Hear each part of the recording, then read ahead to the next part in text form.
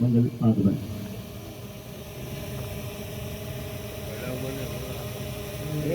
Parade गणतंत्र भारत के राष्ट्रीय ध्वज को राष्ट्रीय सुरक्षा मिलेगा.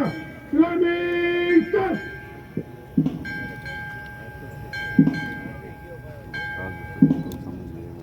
आप पूरे राजकोट की रौनक कहूँ या पूरे गुजरात की शान, ऐसे रेस को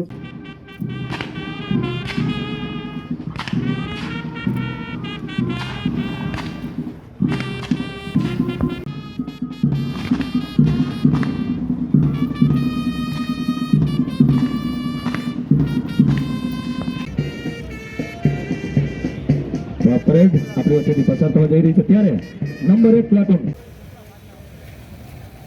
પરેડનું નિરીક્ષણ કરવા આમંત્રિત કરાયું છે.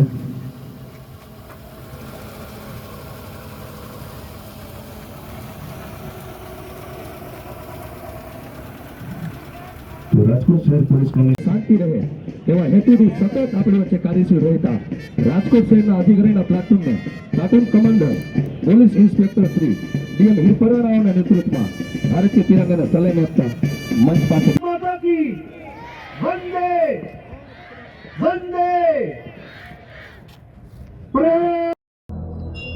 ભારતના 75મા પ્રજાસત્તાક દિવસની ઉપલક્ષમાં હું રાજકોટ શહેર પોલીસ વતી તમામ રાજકોટવાસીઓને ખૂબ ખૂબ શુભેચ્છા અને અભિનંદન પાઠવું છું.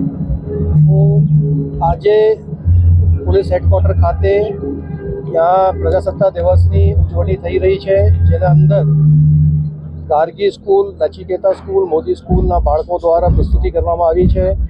એસઓજી દ્વારા એક ડેમોનું આયોજન કરવામાં આવશે અને સાથે સાથે બધા મળી એક ભારતનો નકશા પણ બનાવવામાં આવે કે જે એક પ્રતિકરૂપ હશે કે ભારતનો જે સંવિધાન છે, જે સંવિધાનમાં સમાન હકો બધા નાગરિકોને આપવામાં આવે છે અને સાથે સાથે જે સંવિધાનના નિર્માતાઓ જે મૂળ સંવિધાનની અંદર જે એની અપેક્ષાઓ હતી એને આજે સાથે મળી અને અમૃતકાલના જે વિકસિત ભારત છે એના સપનાને અમે સાકાર કરવાની આજે यहाँ પર કોશિશ કરીએ.